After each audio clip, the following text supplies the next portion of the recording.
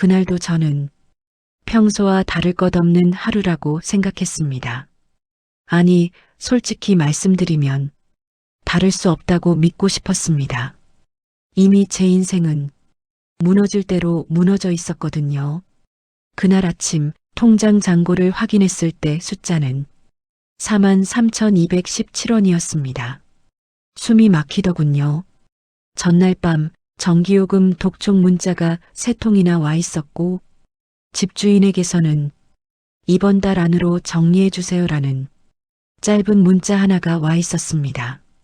아내는 2년 전 아무 말 없이 집을 나갔습니다. 아니, 정확히 말하면 제가 아무 말도 할 수 없게 만든 거겠지요. 아들은 저를 아버지라고 부르지 않은 지 벌써 반년이 넘었습니다. 그날 아침 현관문을 나서며 문득 이런 생각이 들었습니다. 오늘 무슨 일이 하나라도 터지면 나는 정말 끝이겠구나. 그 예감은 늘 그렇듯 틀리지 않았습니다. 제가 향한 곳은 작은 인력사무소였습니다. 나이 쉰을 넘기고 나니 부를 수 있는 일은 점점 줄어들었고 이제는 그날 몸 쓰는 일이라도 잡아야 했습니다. 그런데 그날은 제 차례가 오지 않았습니다. 관리자는 제 얼굴을 슬쩍 보더니 애써 시선을 피했습니다. 오늘은 일자리가 다 찼네요. 그 말 한마디에 저는 고개를 끄덕일 수밖에 없었습니다. 항상 듣던 말이었으니까요. 사무소를 나서는데 비가 내리기 시작했습니다. 우산도 없었습니다. 비를 맞으며 버스 정류장까지 걷는 동안 제 머릿속에는 한 가지 생각만 맴돌았습니다. 오늘 저녁은 뭘 먹지? 아니요. 정확히는 먹을 수 있을까였습니다. 버스 정류장 벤치에 앉아 젖은 바지를 털며 저는 고개를 숙였습니다. 그때였습니다. 제 바로 옆에 누군가가 조용히 앉았습니다. 고개를 들지 않아도 느낄 수 있었습니다. 정갈한 구두, 말끔한 바지선, 그리고 비에 젖지 않은 외투. 아, 또 비교가 되는구나. 그 순간 제 자존심은 바닥을 긁고 내려갔습니다. 그런데 그 사람이 저에게 말을 걸었습니다. 괜찮으세요? 그 짧은 한마디에 저는 깜짝 놀라 고개를 들었습니다. 중년의 남자였습니다. 차분한 눈빛, 그러나 어딘가 지친 기색이 느껴지는 얼굴. 저는 황급히 고개를 저었습니다. 아, 아닙니다. 괜찮습니다. 괜찮지 않았지만 괜찮다고 말하는 것, 그게 제 인생의 습관이었습니다. 그는 잠시 제 젖은 신발과 해진 가방을 보더니 아무 말 없이 자기 가방을 열었습니다. 그리고 그 다음에 그 말이 나왔습니다. 아직은 몰랐습니다. 그 말 한마디가 제 인생을 완전히 바꿔놓을 줄은요. 이거라도 받으세요. 그의 손에는 구겨진 봉투 하나가 들려 있었습니다. 저는 그 봉투를 바라보며 심장이 미친 듯이 뛰기 시작했습니다. 그리고 바로 그 순간 제 인생의 두 번째 지옥문이 열리고 있었습니다. 이막 받아서는 안 되는 돈, 그러나 거절할 수 없었습니다. 그 봉투를 보는 순간 저는 인스팅크티블리 본능적으로 손을 뒤로 뺐습니다. 아, 아닙니다. 괜찮습니다. 제 입에서는 반사적으로 그런 말이 나왔습니다. 사실 괜찮지 않았습니다. 전혀요. 하지만 자존심이라는 게 있지 않습니까? 아무리 인생이 바닥을 쳐도 모르는 사람에게 돈을 받는 건 마지막 선을 넘는 것 같았습니다. 그런데 그 남자는 제 거절을 예상했다는 듯 조용히 말했습니다. 빌려드리는 겁니다. 그 한마디에 제 심장이 더 세게 뛰기 시작했습니다. 빌린다는 말은 받는다는 말과는 달랐습니다. 돌려줘야 한다는 조건, 그게 제 양심을 조금은 숨 쉴 수 있게 만들었습니다. 제가 언제 돌려드릴 수 있을지도 모릅니다. 저는 솔직하게 말했습니다. 그게 최소한의 예의라고 생각했으니까요. 그러자 그는 고개를 끄덕이더니 뜻밖의 말을 했습니다. 괜찮습니다. 사람 일은 모르는 거니까요. 그 말이 왜 그렇게 이상하게 들렸는지 모릅니다. 마치 제 인생의 다음 장을 이미 알고 있는 사람처럼 너무 담담했거든요. 비는 점점 더 세차게 내렸습니다. 버스는 오지 않았고 정류장에는 저희 둘만 남아 있었습니다. 그는 봉투를 제 무릎 위에 조심스럽게 올려놓았습니다. 지금 이 정도면 저녁 한 끼는 드실 수 있을 겁니다. 그 순간 제 속이 쿵 하고 내려앉았습니다. 저녁, 그 단어 하나에 저는 완전히 무너졌습니다. 사실 이틀째 제대로 먹지 못했습니다. 물로 배를 채우고 잠으로 버티고 있었습니다. 그걸 이 사람은 어떻게 알았을까요? 저는 더 이상 거절할 수 없었습니다. 떨리는 손으로 봉투를 집어들었습니다. 그리고 조심스럽게 봉투를 열었습니다. 그 안에는 10,000원짜리 몇 장이 아니라 50,000원권이 여러 장 들어 있었습니다. 순간 머릿속이 하얘졌습니다. 이건 너무 많습니다. 제 목소리는 이미 떨리고 있었습니다. 그러자 그는 고개를 저으며 말했습니다. 많지 않습니다. 지금 상황에서는요. 그 말에 저는 아무 대답도 하지 못했습니다. 그저 봉투를 꼭 쥔 채 고개를 숙였을 뿐입니다. 버스가 도착했고 그는 먼저 일어섰습니다. 어디로 가십니까? 제가 묻자 그는 잠시 망설이다가 짧게 말했습니다. 회사 근처입니다. 이상하게도 그 말이 귀에 오래 남았습니다. 회사, 평범한 단어였지만 그가 말하자 왠지 모르게 무게가 달랐습니다. 버스에 올라타고 그는 제 옆자리에 앉지 않았습니다. 두어 칸 앞에 앉아 창밖만 바라보고 있었습니다. 저는 봉투를 가방 안에 넣고 손을 꼭 쥐었습니다. 그때 버스가 급정거했고 제 가방이 바닥으로 떨어졌습니다. 안에서 서류 몇 장이 흩어져 나왔습니다. 그 남자가 서둘러 다가와 서류를 주었습니다. 그리고 그 서류를 보는 순간 그의 손이 잠시 멈췄습니다. 이력서시네요. 그 말에 저는 고개를 끄덕였습니다. 그는 제 이름을 한 번 더 천천히 읽었습니다. 그 눈빛이 아까와는 달랐습니다. 마치 어딘가에서 저를 본 적이 있는 것처럼 버스에서 내리기 직전 그는 제게 명함 하나를 건넸습니다. 연락 주십시오. 저는 명함을 보지도 못한 채 주머니에 넣었습니다. 그리고 버스에서 내렸습니다. 문이 닫히기 직전 그가 마지막으로 이렇게 말했습니다.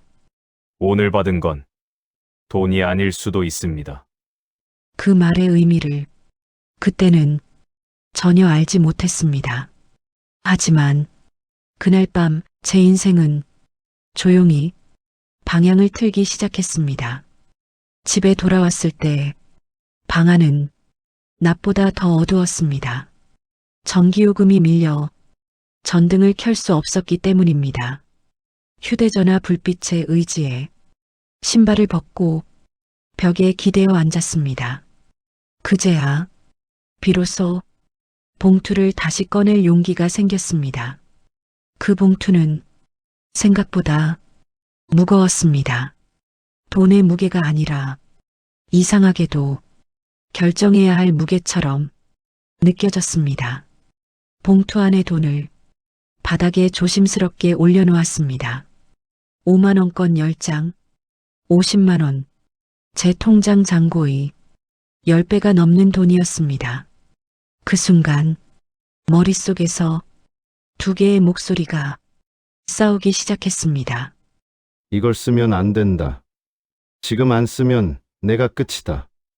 저는 한참 동안 그 자리에 앉아 아무것도 하지 못했습니다. 결국 저는 그 돈으로 가장 먼저 편의점에 갔습니다. 거창한 이유는 없었습니다. 그저 따뜻한 것을 먹고 싶었습니다. 컵라면을 계산대에 올려놓고 계산 버튼이 눌리는 소리를 들을 때 이상하게도 눈물이 날 것 같았습니다. 그날 밤 저는 오랜만에 배부르게 잠들었습니다. 그것만으로도 죄책감이 밀려왔습니다. 다음 날 아침 휴대전화가 울렸습니다. 모르는 번호였습니다. 받아야 할지 말아야 할지 망설이는 사이 전화는 끊겼습니다. 잠시 후 문자가 왔습니다. 어제 명함 드린 사람입니다. 심장이 덜컥 내려앉았습니다. 그 사람, 버스 정류장에서 만난 그 중년 남자. 저는 한참을 고민하다가 답장을 보냈습니다.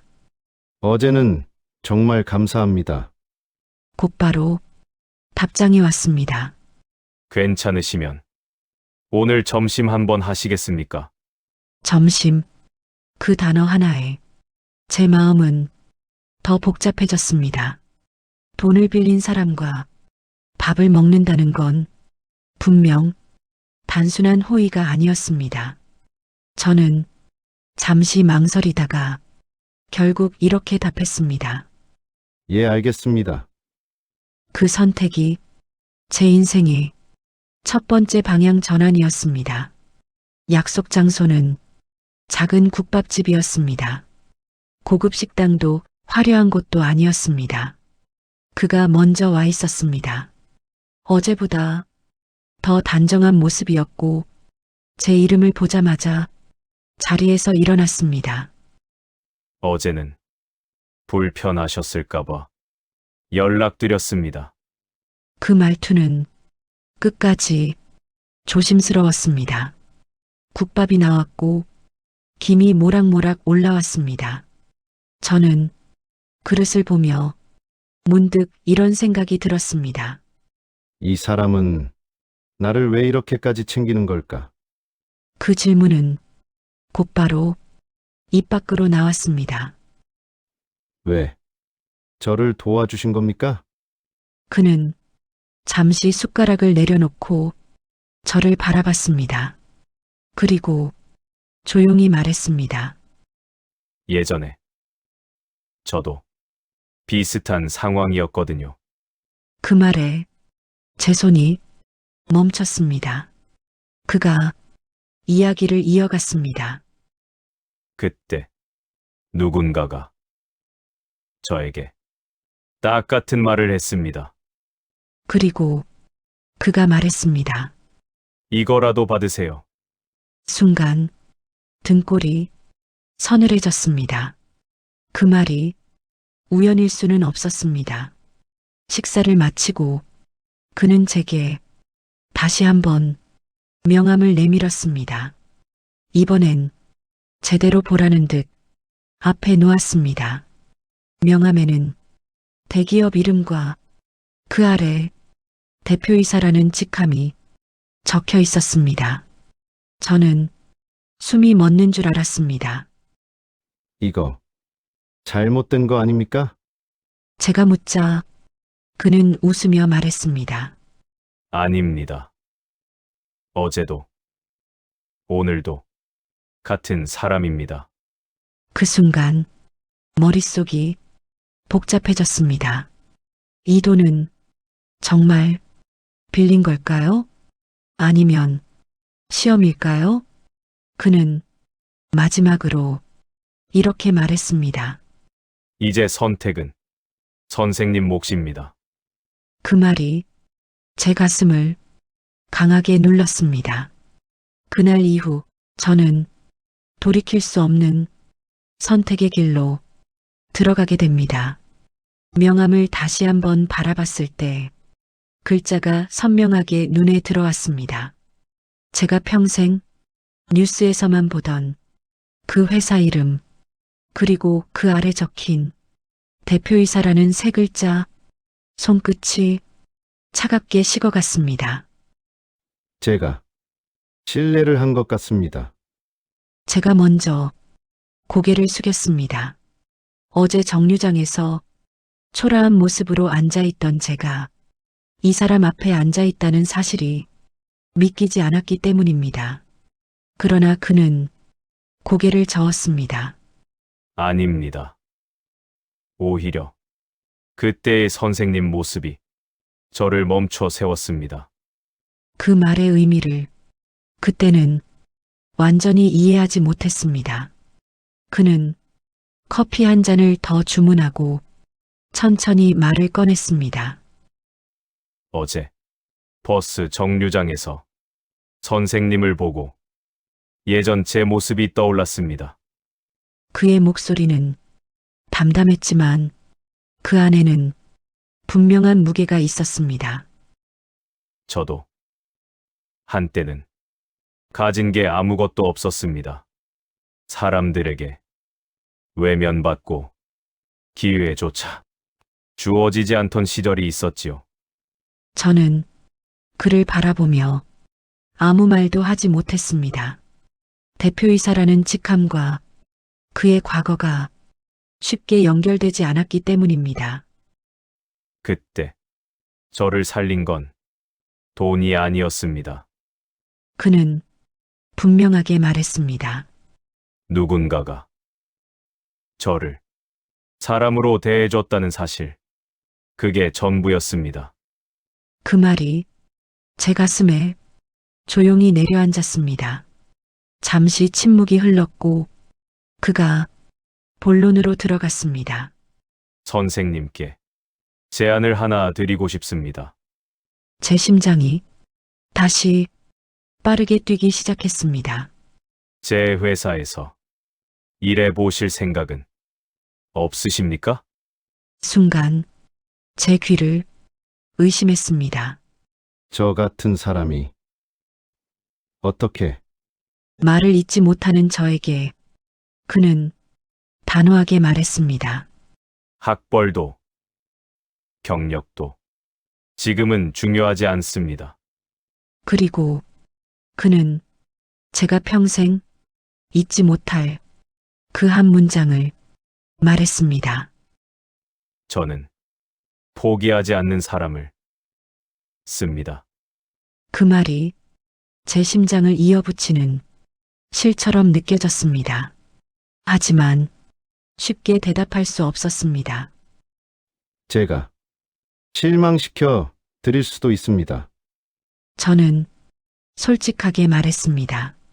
그러자 그는 미소를 지으며 이렇게 답했습니다. 이미 실망할 기회는 충분히 많았습니다. 그래도 여기까지 왔습니다. 그 말에는 묘한 확신이 담겨 있었습니다. 마치 이미 제 대답을 알고 있는 사람처럼 그는 봉투 이야기를 다시 꺼냈습니다. 그 돈은 조건 없는 호의였습니다. 제 손이 본능적으로 움찔했습니다. 하지만 이 제안은 조건이 있습니다. 긴장감이 목을 조여왔습니다. 딱 한 달입니다. 그는 손가락 하나를 들었습니다. 한 달 동안 도망치지 않고 핑계 대지 않고 버텨 보십시오. 그 말은 제게 기회이자 시험이었습니다. 그날 집으로 돌아오는 길 저는 한참을 걸었습니다. 비는 내리지 않았지만 마음속에서는 폭풍이 몰아쳤습니다. 이 제안을 받아들이면 다시 상처받을지도 모릅니다. 거절하면 다시 그 정류장으로 돌아갈지도 모릅니다. 집 앞에 도착했을 때 저는 결국 결정을 내렸습니다. 그리고 그날 밤 그에게 짧은 문자를 보냈습니다. 한 달. 최선을 다해보겠습니다. 그 답장은 곧바로 왔습니다. 내일 아침 회사로 나오십시오. 그 순간 저는 알았습니다. 이제 제 인생은 되돌릴 수 없다는 것을. 다음 날 아침 저는 평소보다 2시간이나 일찍 눈을 떴습니다. 정확히 말하면 눈을 떴다기보다 거의 뜬 눈으로 밤을 새웠습니다. 설렘보다는 두려움이 컸습니다. 제가 이곳에 있어도 되는 사람인지, 곧 들통나서 쫓겨나는 건 아닐지 수백 번은 스스로에게 물었습니다. 옷장에는 말끔한 옷이 없었습니다. 가장 덜 해진 셔츠 하나와 구김이 간 바지, 그리고 어제보다 조금 깨끗해 보이는 구두. 거울 속 제 모습은 어딘가 어울리지 않았습니다. 마치 잘못 들어온 무대 위에 서 있는 사람처럼. 회사 건물 앞에 섰을 때 다리가 저절로 굳어버렸습니다. 유리로 된 높은 건물, 분주하게 오가는 사람들, 모두가 자기 자리를 알고 있는 얼굴이었습니다. 그들 사이에서 저는 너무나도 이질적인 존재였습니다. 출입증을 받으며 경비 아저씨가 물었습니다. 처음 오셨나요? 예, 그렇습니다. 제 목소리는 생각보다 작았습니다. 엘리베이터 안 정장을 입은 사람들 사이에서 저는 숨을 크게 쉬지도 못했습니다. 그때 문득 이런 생각이 들었습니다. 여기서 도망치면 아무도 모를 텐데. 그러나 문이 열렸고 저는 내려야 했습니다. 배정받은 부서는 현장 관리팀이었습니다. 책상 하나, 컴퓨터 하나, 그리고 낯선 사람들. 아무도 저에게 특별한 관심을 두지 않았습니다. 그게 오히려 다행이었습니다. 누군가 제 과거를 묻지 않았고 왜 왔는지도 궁금해하지 않았습니다. 그날 제게 주어진 일은 단순했습니다. 서류 정리, 자재 목록 확인, 현장 보고서 출력. 하지만 저는 그 모든 일이 너무나도 무겁게 느껴졌습니다. 실수 하나면 끝이라는 생각이 머리를 떠나지 않았습니다. 점심시간 저는 혼자 구내식당 구석에 앉았습니다. 그때 뒤에서 누군가의 목소리가 들렸습니다. 여기 앉아도 될까요? 고개를 들자 같은 팀이 후배 직원이었습니다. 그는 아무렇지 않게 밥을 놓고 앉았습니다. 신입이시죠? 아, 예.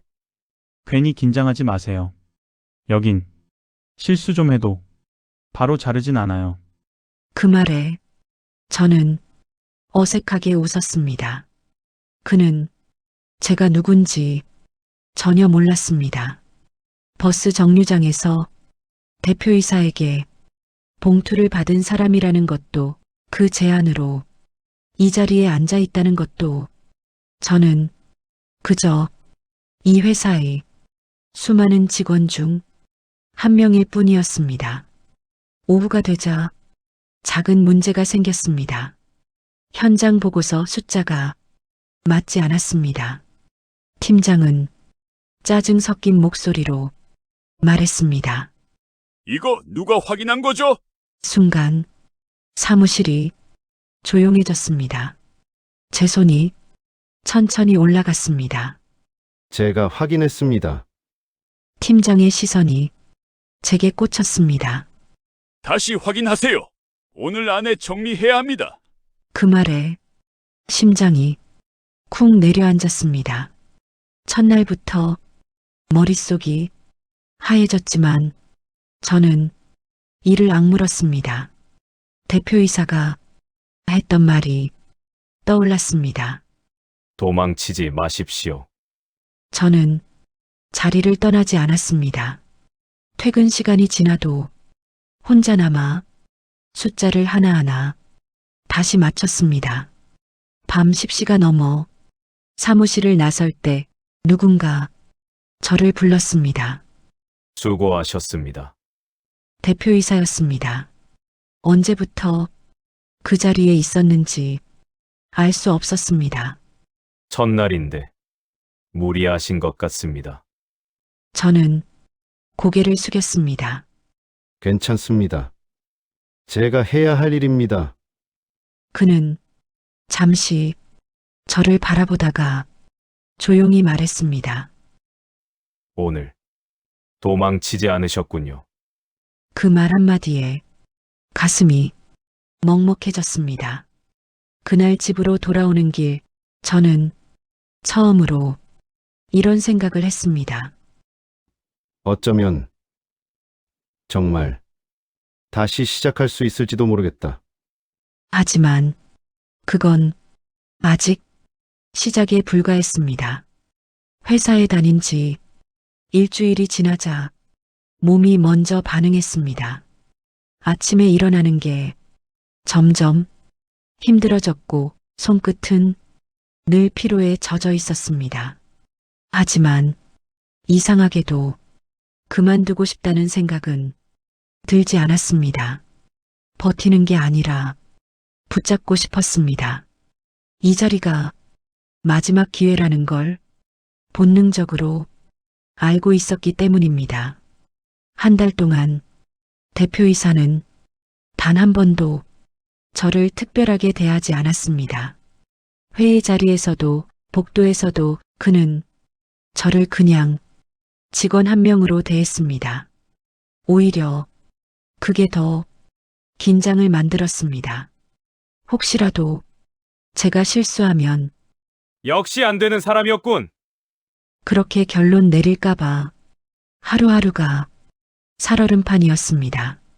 문제는 셋째 주에 터졌습니다. 현장 자재가 대량으로 잘못 발주된 사실이 뒤늦게 드러났습니다. 금액은 수천만 원대 팀 전체가 얼어붙었습니다. 팀장은 회의실 문을 닫고 거칠게 말했습니다. 이거 누가 확인한 겁니까? 그 순간 모두의 시선이 저를 향했습니다. 제가 마지막으로 확인한 사람이었기 때문입니다. 머릿속이 멍해졌습니다. 여기까지인가? 그때 대표이사가 회의실로 들어왔습니다. 분위기가 순식간에 가라앉았습니다. 그는 상황을 잠시 파악하더니 저를 바라봤습니다. 선생님, 어떻게 생각하십니까? 그 질문이 저를 더 벼랑 끝으로 몰아넣었습니다. 저는 도망치고 싶었습니다. 하지만 그의 눈빛이 떠올랐습니다. 핑계 대지 마십시오. 저는 천천히 입을 열었습니다. 제 확인이 부족했습니다.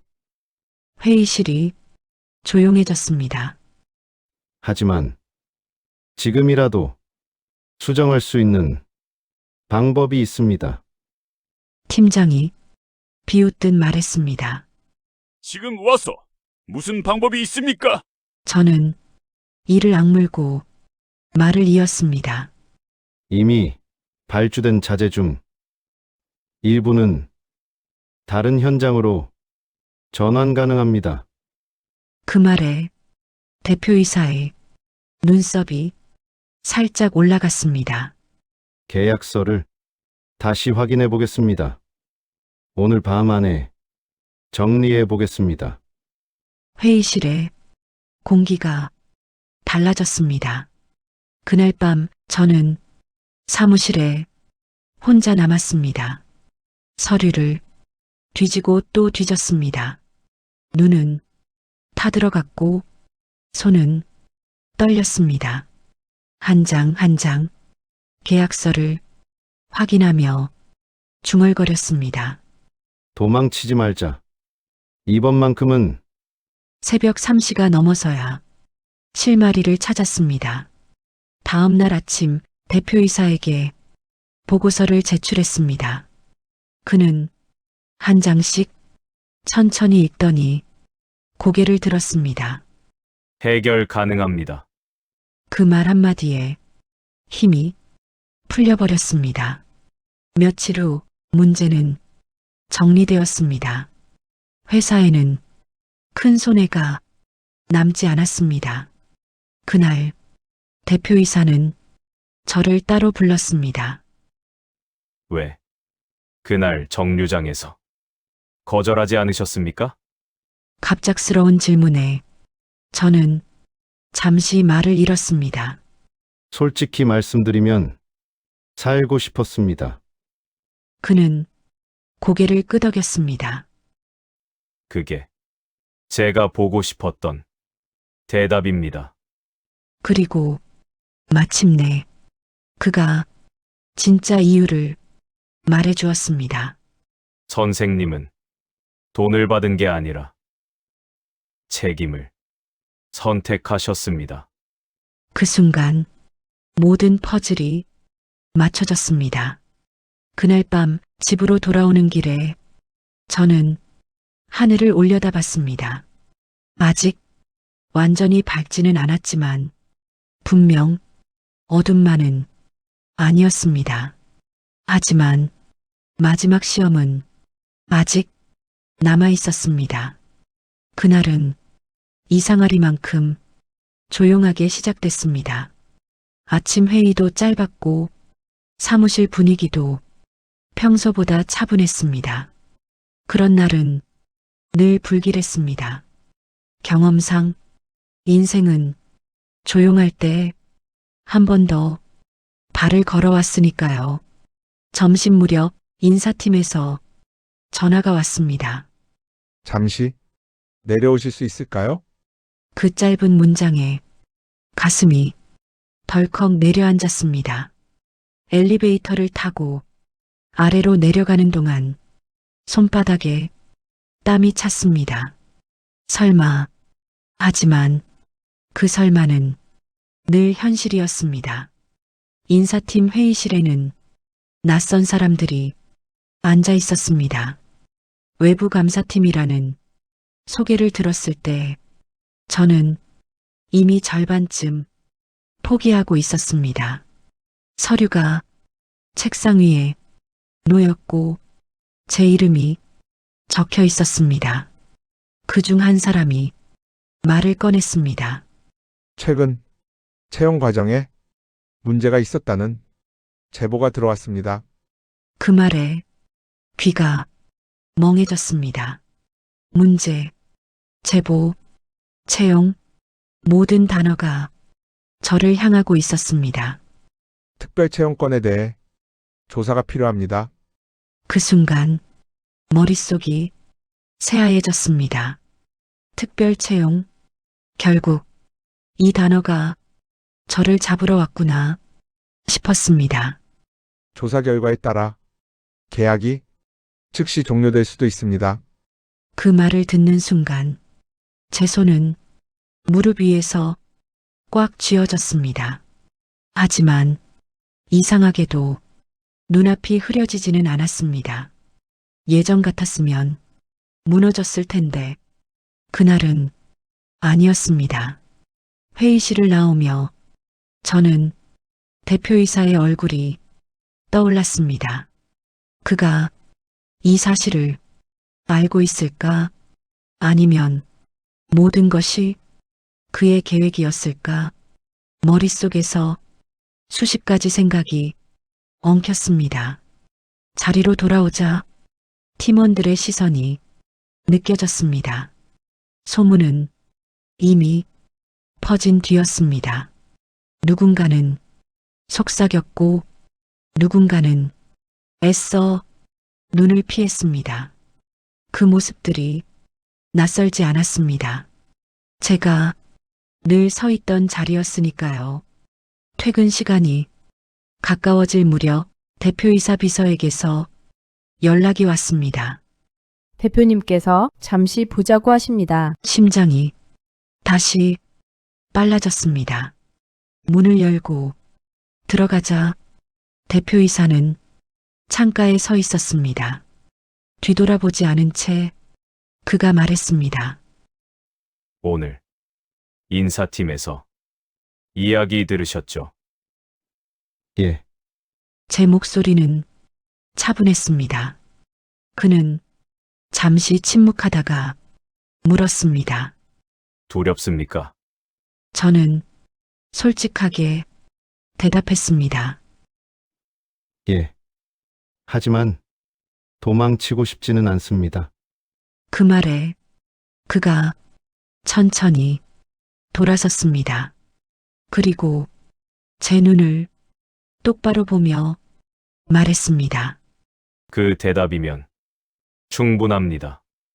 그는 책상 위에 있던 서류 하나를 제게 내밀었습니다. 이건 선생님이 쓴 보고서입니다. 한 달 동안 제가 작성한 수십 장의 기록, 이게 제 답입니다. 그 한마디에 가슴이 먹먹해졌습니다. 하지만 그는 바로 덧붙였습니다. 결과는 아직 모릅니다. 그 말은 희망이자 마지막 경고였습니다. 그날 밤 집으로 돌아와 저는 불을 끄고 한참을 앉아 있었습니다. 다시 정류장으로 돌아갈지도 모른다는 생각이 머리를 스쳤습니다. 하지만 예전과 다른 점이 하나 있었습니다. 이번에는 후회하지 않았습니다. 적어도 도망치지는 않았으니까요. 며칠 뒤 운명을 가를 결정이 내려질 예정이었습니다. 그 결과가 어떻든 제 인생은 이미 한 번은 구해졌다는 걸 저는 알고 있었습니다. 그날 이후로 제 하루는 눈에 띄게 달라진 것은 없었습니다. 아침에 눈을 뜨고 허리가 뻐근한 몸을 일으켜 익숙한 골목길을 따라 천천히 걸어 나왔습니다. 여전히 제 통장에는 크게 달라진 숫자가 없었고 집안의 공기도 벽의 금도 어제와 똑같았습니다. 그런데도 이상하게 마음 한구석이 조금은 가벼워져 있었습니다. 이거라도 받으세요. 그 한마디가 제 귓가에서 자꾸만 되돌아왔기 때문입니다. 사람들은 흔히 말합니다. 인생을 바꾸는 건 돈이라고, 기회라고, 혹은 누군가의 대단한 도움이라고요. 하지만 저는 그날 이후 알게 되었습니다. 사람의 인생은 말 한마디로도 충분히 흔들릴 수 있다는 것을요. 그 말에는 연민도 동정도 계산도 없었습니다. 그저 지금 이 순간 이 사람을 외면하지 않겠다는 아주 단순한 마음이 담겨 있었을 뿐이었습니다. 며칠 뒤 동네 마트 앞을 지나는데 그날의 제가 문득 떠올랐습니다. 비슷한 나이의 노인이 카트를 붙잡고 한참을 서 계셨습니다. 카드가 결제가 되지 않는지 직원에게 연신 고개를 숙이시며 다시 한 번만 하고 말씀하시더군요. 예전 같았으면 저는 고개를 돌렸을 겁니다. 괜히 마음이 무거워질까봐 제 사정도 빠듯하다는 핑계를 대며 모른 척 지나쳤을 겁니다. 하지만 그날은 그러지 못했습니다. 저도 모르게 그분 옆으로 다가가 조심스럽게 말씀드렸습니다. 제가 이거라도 보태드려도 될까요? 그 말을 내뱉는 순간 제 가슴이 이상하게 떨렸습니다. 마치 제가 누군가에게 큰 것을 건네는 사람이라도 된 것처럼요. 그분은 놀란 얼굴로 저를 보시더니 한참을 망설이다가 고개를 깊이 숙이셨습니다. 고맙습니다. 정말 고맙습니다. 그 말에 제 눈시울이 뜨거워졌습니다. 집으로 돌아오는 길에 저는 오래간만에 하늘을 올려다보았습니다. 그날따라 유난히도 하늘이 높고 맑아 보였습니다. 제 인생이 갑자기 나아진 것도 아니고 당장 해결된 문제도 없었습니다. 그런데도 분명한 한 가지는 달라져 있었습니다. 저는 더 이상 아무것도 할 수 없는 사람이 아니었습니다. 누군가의 말 한마디로 다시 사람을 믿게 되었고 그 믿음으로 또 다른 사람에게 손을 내밀 수 있게 되었으니까요. 그리고 그때는 몰랐습니다. 제가 건넨 그 작은 행동이 얼마 지나지 않아 다시 제 인생으로 돌아오게 될 줄은요. 그날의 친절이 그저 조용히 사라지는 것이 아니라 훨씬 더 큰 파문이 되어 제 앞에 나타나게 될 줄은 정말로 상상조차 하지 못했습니다. 지금은 그저 조용한 회복의 시간처럼 보였지만 사실은 제 인생이 본격적으로 방향을 바꾸기 직전에 아주 중요한 순간이었습니다. 다음 이야기는 제가 다시는 잊지 못할 뜻밖의 만남에서 시작됩니다. 그날은 평소와 다르지 않은 하루였습니다. 아침 공기는 조금 차가웠고 저는 늘 그렇듯 천천히 걸음을 옮기고 있었습니다. 그저 동네 복지관에서 연락이 왔다고 해서 서류 하나 제출하러 가는 길이었을 뿐입니다.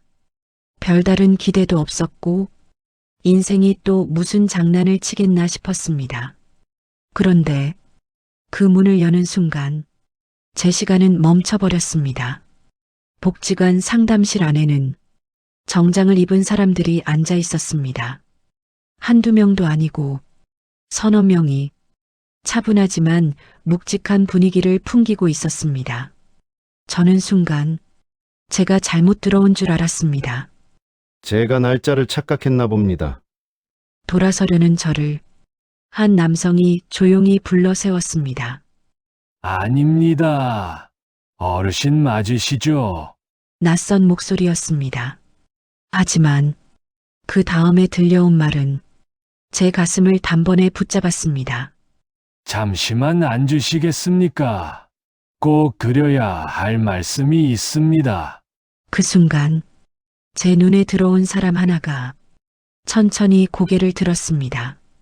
그리고 그 얼굴을 보는 순간 저는 숨이 막히는 줄 알았습니다. 며칠 전 마트 앞에서 카드를 붙잡고 서 있던 그 노인. 제가 이거라도 보태드려도 될까요? 라고 말했던 바로 그 사람이었습니다. 순간 머릿속이 하얘졌습니다. 설마 아닐 거야. 그날의 그는 낡은 점퍼에 허리가 굽은 모습이었고 말 한마디에도 조심스러워 보였습니다.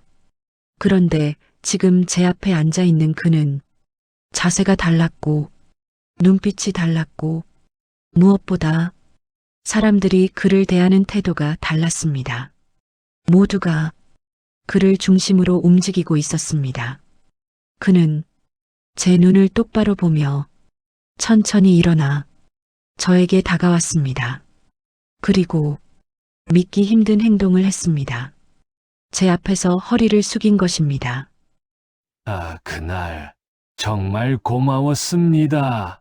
순간 주변 공기가 얼어붙은 듯 했습니다.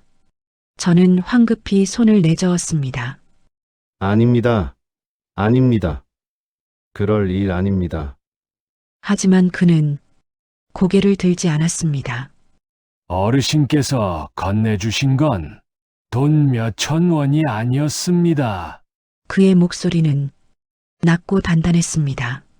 그날 저는 제 인생에서 가장 밑바닥에 있었습니다. 그제야 그는 천천히 말을 이었습니다. 그는 말했습니다. 사실 그날은 자신의 인생을 정리하기로 마음먹은 날이었다고.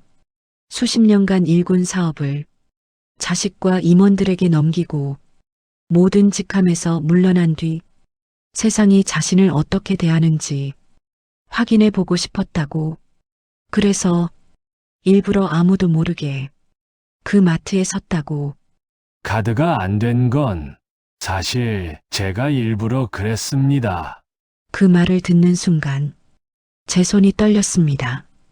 그는 사람들이 어떤 시선으로 어떤 말을 건네는지 아무 말도 하지 않는지 보고 싶었다고 했습니다. 대부분은 고개를 돌렸고 몇몇은 짜증을 냈으며 아무도 말을 걸지 않았다고 했습니다. 그때 어르신이 오셨습니다. 그는 제 얼굴을 똑바로 바라보았습니다. 아무 설명도 질문도 없이 이거라도 받으세요라고 하셨죠. 그 말이 자신을 살렸다고 했습니다. 정말로 그날 밤 마음을 바꿨다고 했습니다. 그래서 이분을 찾았습니다. 그의 말에 정장 입은 사람들이 서류를 제 앞에 내밀었습니다.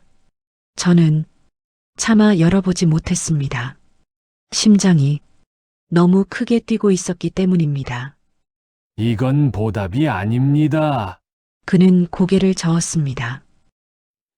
이건 사람으로서의 빚입니다. 그때까지도 저는 몰랐습니다. 제가 그날 건넨 말 한마디와 행동 하나가 이렇게까지 제 인생의 문을 두드리게 될 줄은요. 그리고 이 만남이 단순한 도움으로 끝나지 않을 거라는 사실도요. 진짜 변화는 지금부터 시작이었습니다. 그날 상담실에서 저는 한동안 아무 말도 하지 못했습니다. 서류 위에 적힌 숫자들이 현실처럼 느껴지지 않았고 눈앞에 앉아 있는 그 사람도 아직은 꿈속의 인물 같았습니다. 그는 제 반응을 재촉하지 않았습니다. 다만 조용히 의자에 앉아 제 손을 바라보고 있었습니다. 그 손은 그날 마트 앞에서 제가 보았던 그 손과 다르지 않았습니다. 어르신께 선택을 강요하고 싶지 않습니다. 그가 말했습니다. 다만 어르신의 삶이 조금이라도 편안해질 수 있다면 그걸로 충분합니다. 그가 내민 제안은 한마디로 말하면 지원이었습니다. 집세 걱정 없는 거처, 병원비 걱정 없는 치료, 그리고 제가 원한다면 아무 데가 없는 생활비. 저는 고개를 저었습니다. 저는 받으려고 한 게 아니었습니다. 그러자 그는 조용히 웃었습니다. 저도 그날 받으려고 한 게 아니었습니다. 그 말에 저는 더 이상 거절할 말을 찾지 못했습니다. 결국 저는 한 가지 조건을 걸었습니다. 대신 제가 할 수 있는 일이 있다면 하게 해주십시오. 그는 잠시 생각하더니 고개를 끄덕였습니다. 그리고 제 인생을 바꾼 두 번째 문장을 말했습니다. 그럼 저와 함께 그 말을 전해 주시겠습니까? 어떤 말입니까? 제가 묻자 그는 천천히 대답했습니다. 이거라도 받으세요. 그렇게 저의 새로운 하루가 시작되었습니다. 저는 매주 정해진 날이면 그가 운영하는 재단의 작은 공간에 나가 사람들을 만났습니다. 폐지를 줍는 노인, 혼자 아이를 키우는 부모, 병원비 때문에 치료를 미루는 이들. 저는 그들에게 큰 말을 하지 않았습니다. 그저 그날의 저처럼 조용히 말했습니다. 많지는 않지만 이거라도 받으세요. 그 말은 사람들을 울게 만들었습니다. 돈 때문이 아니라 사람 대 사람으로 존중받았기 때문이었습니다. 어느 날 한 할머니가 제 손을 꼭 잡고 말했습니다. 고맙습니다.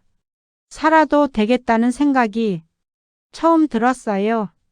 그 말을 듣는 순간 저는 알았습니다. 그날 마트 앞에서 제가 구한 것은 그 사람이 아니라 바로 제 자신이었다는 것을요. 지금의 저는 여전히 부자가 아닙니다. 하지만 더 이상 가난하지도 않습니다. 제 하루에는 기다려지는 내일이 있고 건넬 말이 있으며 잡아줄 손이 있습니다. 세상은 큰 돈보다 작은 말에 더 크게 흔들릴 때가 있습니다. 이거라도 받으세요. 그 말 한마디가 누군가를 살리고 그 누군가가 또 다른 사람을 살리게 됩니다. 오늘도 저는 그 말을 가슴에 품고 천천히 길을 걷습니다. 언젠가 누군가가 제 앞에 멈춰 설 때를 위해서요. 그때 저는 망설이지 않을 것입니다. 조용히 하지만 진심을 다해 이렇게 말할 것입니다. 이거라도 받으세요. 오늘 이 이야기를 조용히 들어주셔서 고맙습니다. 다음 이야기에서도 평범해 보이는 삶 속에 숨겨진 시간을 천천히 꺼내어 전해드리겠습니다.